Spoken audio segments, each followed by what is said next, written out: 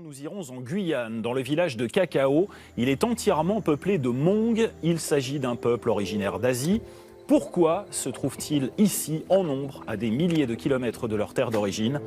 Parce qu'ils ont combattu pour la France durant la guerre d'Indochine.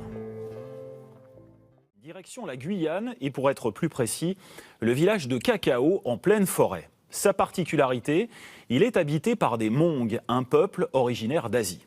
Pourquoi ? Eh bien parce que dans les années 70, ces hommes et ces femmes qui s'étaient rangés du côté français durant la guerre d'Indochine y ont trouvé refuge. Ils sont l'équivalent asiatique des Harkis d'Afrique du Nord. Comme eux d'ailleurs, ils ont été accueillis sur notre sol de façon absolument indécente. Frédéric Tonnelly de Sunset Press est allé à leur rencontre. Vous allez voir comment cette vie dans une jungle hostile est devenue la leur au fil des années. Vous allez surtout entendre comment la jeune génération témoigne de sa reconnaissance aux anciens, tout en envisageant une vie future légèrement différente. Le jardin des nuages. Une histoire venue d'Asie qui se raconte le soir, au cœur de la jungle de Guyane. C'est dans la forêt que nous avons commencé à construire notre village. Nous avons d'abord défriché les terrains aux alentours et avec le bois, construit nos premières maisons. Il a fallu travailler dur pour faire les champs et planter du riz pour nourrir les familles. Puis, nous avons cultivé beaucoup de légumes et de fruits. Jessica est née au village de Cacao. Sa mère, elle, venait des montagnes du Laos. Ils sont Hmong. On les surnomme les seigneurs aux pieds nus. Ils sont arrivés à 500. Exilés en Guyane à 15 000 km de leur Laos natal. Et ils se sont bâtis un village, Cacao. Dans leur baluchon, ils avaient emporté leur langue, leur costume et l'esprit des ancêtres.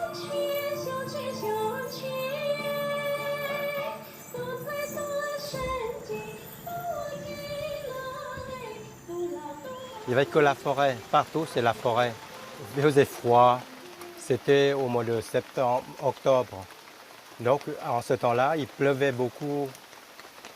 Et les gens, certains sont mécontents ou malheureux parce qu'ils n'espéraient pas avoir cette vie dans la jungle. Pour René Tsongxiong, remonter le fleuve, c'est comme s'enfoncer dans la jungle et les ténèbres de son passé. Des siècles de persécution ont poussé les Hmong à se réfugier dans les montagnes du Laos. La guerre d'Indochine va rattraper ces paysans des montagnes. Christianisés par les missionnaires, les Hmong vont choisir le camp des colonisateurs et servir dans les rangs de l'armée française. Ils sont devenus nos Harkis d'Extrême-Orient. Les Français puis les Américains vaincus par les armées Viet Minh, les volontaires Hmong sont abandonnés à la vengeance des vainqueurs. Au bout de la route, posé comme une surprise, Cacao, village Hmong en Guyane.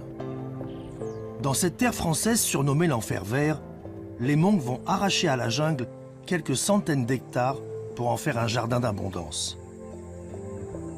Aucune intervention divine, aucun miracle pour les aider. C'est avec leurs mains qu'ils travaillent la terre et leur sueur qui la fertilise. La rage et la force des exilés qui doivent se construire une nouvelle vie.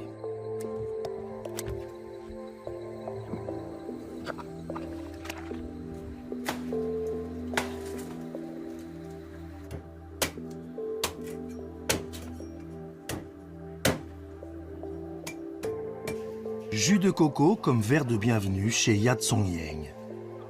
Il avait 37 ans quand il est arrivé. Il a construit sa maison et avec son épouse élevé 11 enfants.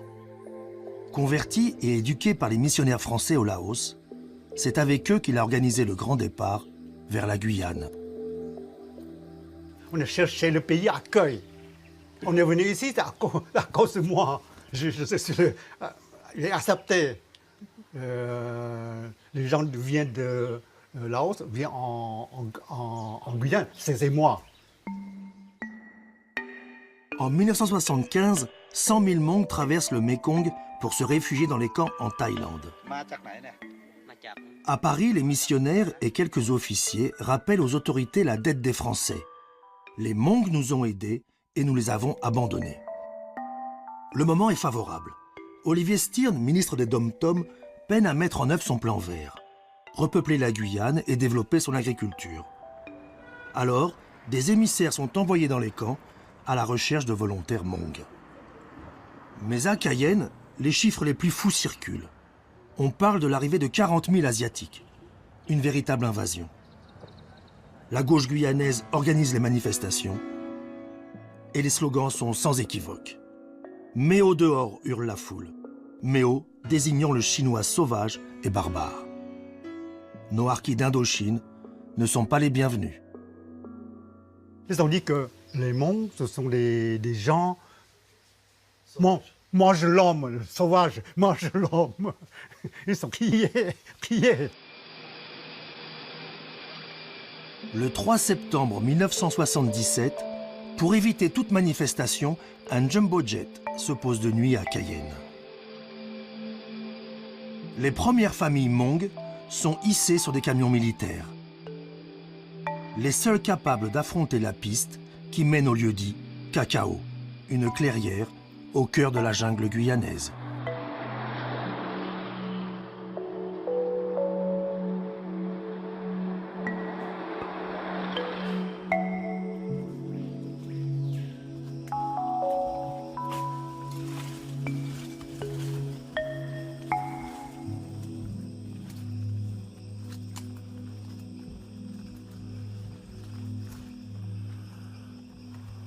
Le premier matin, quand je suis arrivé ici à Cacao, c'est les militaires qui nous ont déposés à Cacao. Et puis vers les 3 heures du matin, il y avait des singes hurleurs qui hurlaient à 3 heures du matin. Alors que chez nous, là-bas, on n'a jamais écouté ces singes-là. Et toute la famille a eu peur. La surprise est terrible au matin. Ils avaient fui les camps de Thaïlande et certains espéraient voir la France. C'est au cœur de l'enfer vert, au pays des bagnes, qu'ils se réveillent. Arrivé ici, c'est moi, j'ai organisé tout le monde en équipe. Et moitié travaille le matin, moitié travaille le soir. Un statut de réfugié, une allocation de 40 francs au quotidien, riz et denrées fournies par l'armée, les 506 premiers Hmong s'organisent. Pour eux, pas de retour possible. Alors hommes, femmes et adolescents, armés de leurs seules machettes, s'attaquent à la forêt. On a droit de 2 jours de repos. Et puis le 3e matin, il faut qu'on prenne nos machettes. Et puis on commence à défricher la forêt. J'ai supplié mon grand frère de me laisser reposer parce que j'ai plein d'ampoules à la main et je ne peux pas travailler. C'est vrai que j'ai pleuré beaucoup. Une formidable entreprise collective. Répartis en équipes sans relâche et sans compter, ils vont défricher, arracher, brûler, planter et construire. 2 ans après leur triste arrivée nocturne, les Hmong ont gagné leur indépendance alimentaire. Maisons, églises, écoles, Cacao, le village Hmong, un îlot d'Asie, vient de naître au cœur de la forêt amazonienne. C'était il y a 40 ans.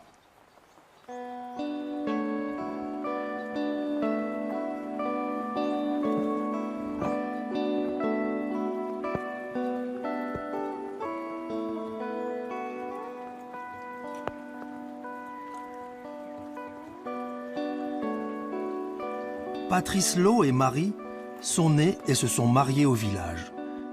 Ils ont repris les champs et vergers des parents. Les parents ils sont arrivés ici en Guyane il y a 40 ans. Donc c'était la jungle amazonienne. Ils étaient au pied du mur. Ils avaient quitté leur pays, ils n'avaient plus rien. Ils n'avaient plus que leurs 2 mains pour pouvoir les aider. Et c'est avec les leurs 2 mains qu'ils ont bâti tout ce qu'on voit aujourd'hui en fait.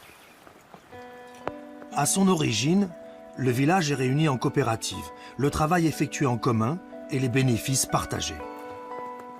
Les terres gagnées sur la forêt sont réparties et distribuées par les chefs de clan. Quelques hectares, suivant l'importance de la famille. Ils ont commencé à déposer ça à la force de la main avec des machettes, des haches, les outils communs qu'on avait à l'époque en fait. Et ils ont fait ça tout ça avec le courage la détermination qu'ils avaient à l'époque. Et aujourd'hui, 40 ans après, voilà le résultat en fait. Et aujourd'hui, nous les jeunes, on hérite de tout ça et on est heureux que les parents qu'ils aient eu cette force de travail. À cause des pluies trop fréquentes et de son faible rapport, les Hmong abandonnent vite la culture du riz pour s'adonner à celle des fruits et au maraîchage. Des cultures bien plus rentables et où la cellule familiale se suffit à elle-même. Peu à peu, le libéralisme, le capitalisme s'est installé un peu dans le mode de vie. Et comme je dis, la concurrence joue beaucoup plus aujourd'hui qu'avant, où les gens ils étaient plus solidaires, ils étaient plus dans la survie, en fait. Et maintenant, on voit beaucoup de gens qui commencent déjà à vouloir s'enrichir, en fait, grâce à l'agriculture et tout ça. Ce n'est plus le même but, en fait, qu'avant.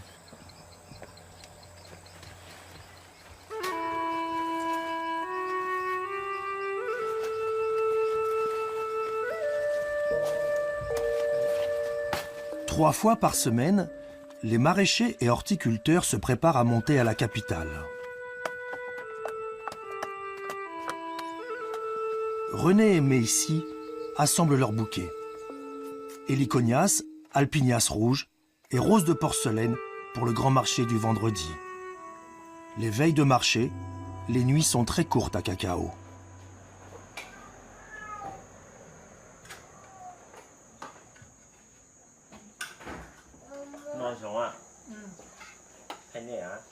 Je me lève à 5h50 du matin pour chauffer de l'eau, faire du café, le petit déjeuner pour les enfants autant que les beaux-parents. Donc moi, je travaille dans les champs toute la journée. Je m'arrête vers 15h30. Je reprends le trajet pour récupérer mes enfants le soir. Je dois préparer les dîners. Je dois s'occuper de mes enfants pour faire leurs devoirs. Après leur bain, il faut s'endormir. Le soir, pour mon mari, peut-être vers 21h30, 22h, pour faire un gros câlin. Ce soir, pas de câlin, pas le temps de compter fleurettes. Patrice et les autres doivent prendre la route au cœur de la nuit. Il a fallu 2 années aux Hmong pour assurer leur indépendance alimentaire et moins de 4 pour vendre leur surplus au marché de Cayenne. Leur premier contact avec le monde extérieur est la découverte des Français noirs, comme ils vont appeler les créoles. Au début, une camionnette achetée en commun suffisait à tout le village. Aujourd'hui, chaque famille possède son propre pick-up et ils sont une centaine de producteurs à tenir stand et assurer la quasi-totalité des besoins de la Guyane en fruits et légumes.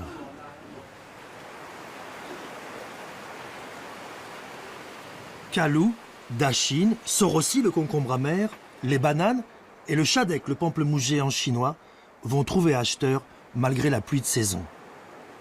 Chaque semaine, 60 tonnes de fruits et légumes venus de Cacao alimentent les étals de Cayenne.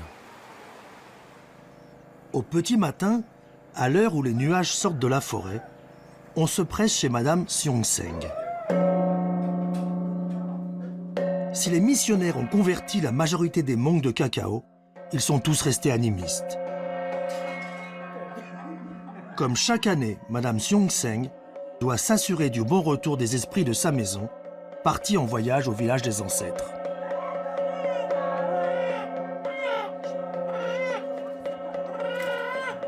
Tous les Hmong, en général, depuis le début, ce sont des animistes.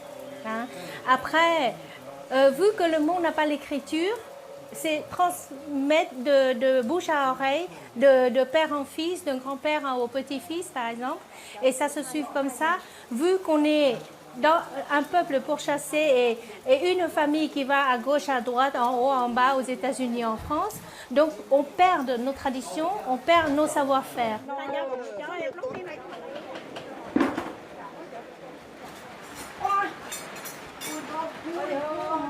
Une cérémonie, c'est aussi une fête.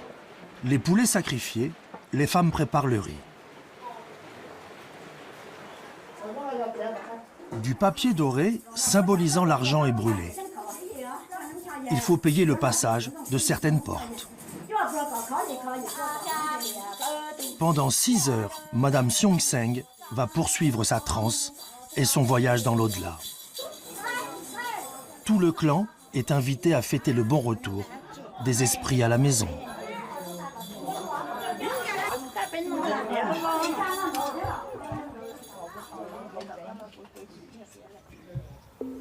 À l'écart du village, au milieu d'une pâture, d'autres esprits se reposent. Le petit cimetière accueille ses premiers défunts. Chassés, ils étaient arrivés il y a 40 ans et ils cherchaient la paix. Le vieux Mua Tsongfung, lui, termine ses jours tranquillement et apaisé. La France qui l'a servi a finalement reconnu son statut d'ancien combattant et l'a même honoré. J'ai reçu cette médaille pour les combats que j'ai menés auprès des troupes françaises jusqu'en 1974. Il s'est passé 50 années avant qu'ils ne retrouvent mes papiers militaires, pour finalement m'accorder cette médaille en 2012. Je n'ai jamais oublié que même si j'ai réussi à fuir, les communistes ont tué là-bas beaucoup de mes proches. Ils ont assassiné beaucoup de personnes. Rien que dans ma famille, ils ont massacré ma mère, ma sœur, mes oncles, mes jeunes frères. Ils ont aussi arrêté mon grand frère. Il a disparu et je n'ai jamais su ce qu'il était devenu.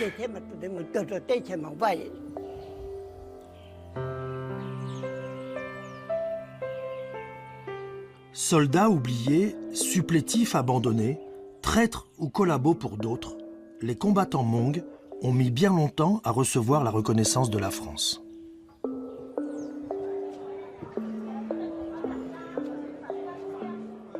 Effervescence dans la famille Wat Zongneng. Leur jeune fille de 16 ans a été enlevée par son prétendant, comme le veut la coutume Hmong. Ce soir, les 2 amants de retour de fuite doivent se présenter à la famille. Le mariage Hmong a ses rites et ses propres lois, bien plus puissantes que celles de la République.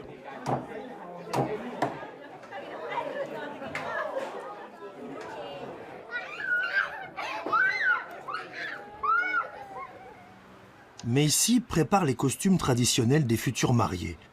Une opération délicate. Les ornements de chaque clan doivent être respectés.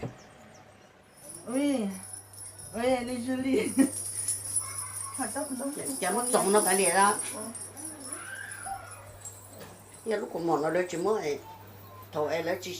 Les fugitifs de retour sont inquiets avant de se présenter à leur famille. On a peur, ouais, un petit peu, ouais. Et pourquoi t'as peur? Bah, que les beaux-parents nous oublient. Pourquoi tu prends ma fille, hein? On ne se marie pas à l'intérieur de son propre clan. Et acquérir une femme suppose que l'époux et sa famille versent le prix de la fiancée. Une dot, en quelque sorte. Le clan, c'est comme une famille. On ne peut pas se marier.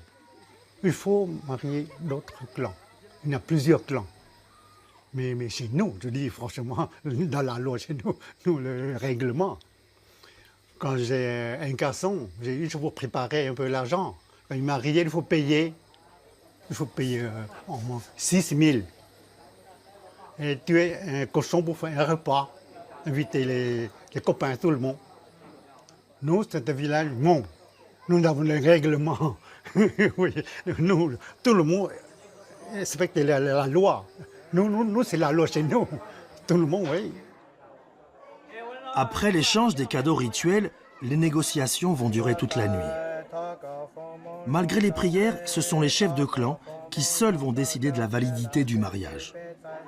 Les mariages extracommunautaires sont rares et Cacao reste figé comme un modèle réduit de la société Hmong du Laos.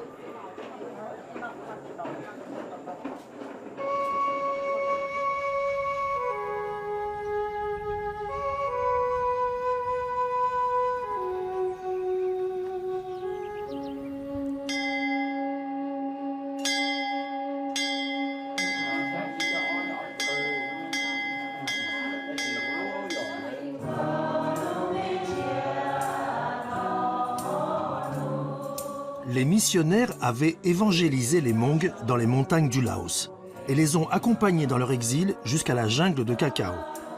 Ils avaient inventé un alphabet pour les Hmong, alors la messe est dite en Hmong et en français. Contrôler une langue, c'est aussi essayer de contrôler une pensée.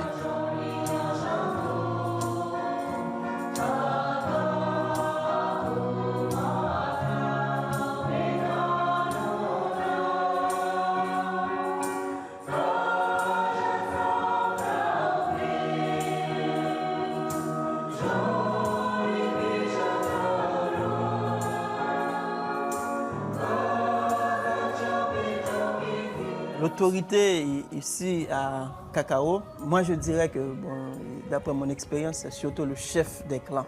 Ça veut dire que si on veut faire quelque chose, eh bien, il faut consulter tout d'abord le chef des clans, parce qu'ils ont une grande autorité dans leur clan. Et pour moi, c'est très important. Et c'est ce que moi je fais en arrivant ici, parce que c'était un peu difficile pour réunir les gens. La poignée de gendarmes de Cacao coule des jours paisibles. Aucune plainte, aucun acte délictueux, aucun rapport. Les conflits sont réglés en toute discrétion par les anciens du village. Une affaire de famille et de clan. Hormis pour le commerce et pour l'éducation des jeunes à Cayenne, on vit entre soi. Un véritable repli identitaire. Rare ouverture le dimanche, jour du marché traditionnel. Une véritable attraction touristique locale. Voyageurs, touristes, créoles de Cayenne, on descend à Cacao pour quelques photos typiques au marché Hmong, boire quelques jus et déguster une soupe.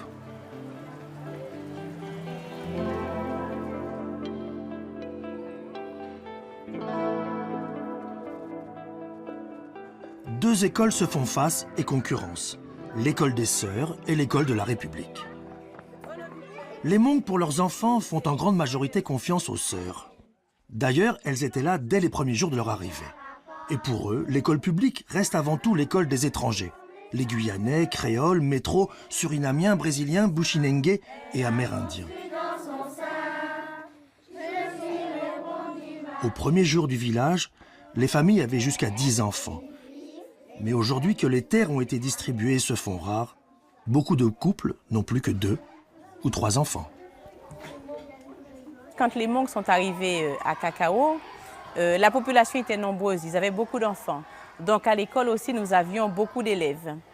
Maintenant, ce n'est pas le cas parce que les familles Hmong font très peu d'enfants et les familles Hmong n'ont pas d'endroit où vivre à Cacao. Donc les jeunes familles sont obligées de partir en métropole ou aux États-Unis. Les jeunes familles sont chez les parents et n'ont pas leur propre terre. En 1977, à leur installation, le Conseil général leur avait attribué 1400 hectares. De cette terre de latérite, pauvre et acide, ils en ont fait à force de courage, de travail et d'engrais, le grenier de la Guyane. Les jeunes Hmong, eux, veulent aujourd'hui écrire une autre histoire et s'ouvrir au monde. On a conscience que l'agriculture de survie de nos parents était suffisante pour qu'ils puissent nous élever et tout. Mais aujourd'hui, nous les jeunes, on a tendance à aller vers une agriculture qui est beaucoup plus efficace, beaucoup plus rentable au niveau économique et au niveau physique. Et nous, on ne veut pas finir comme nos parents où à 45 ans, à 50 ans, on est usé physiquement, on a mal au dos, on ne peut plus travailler.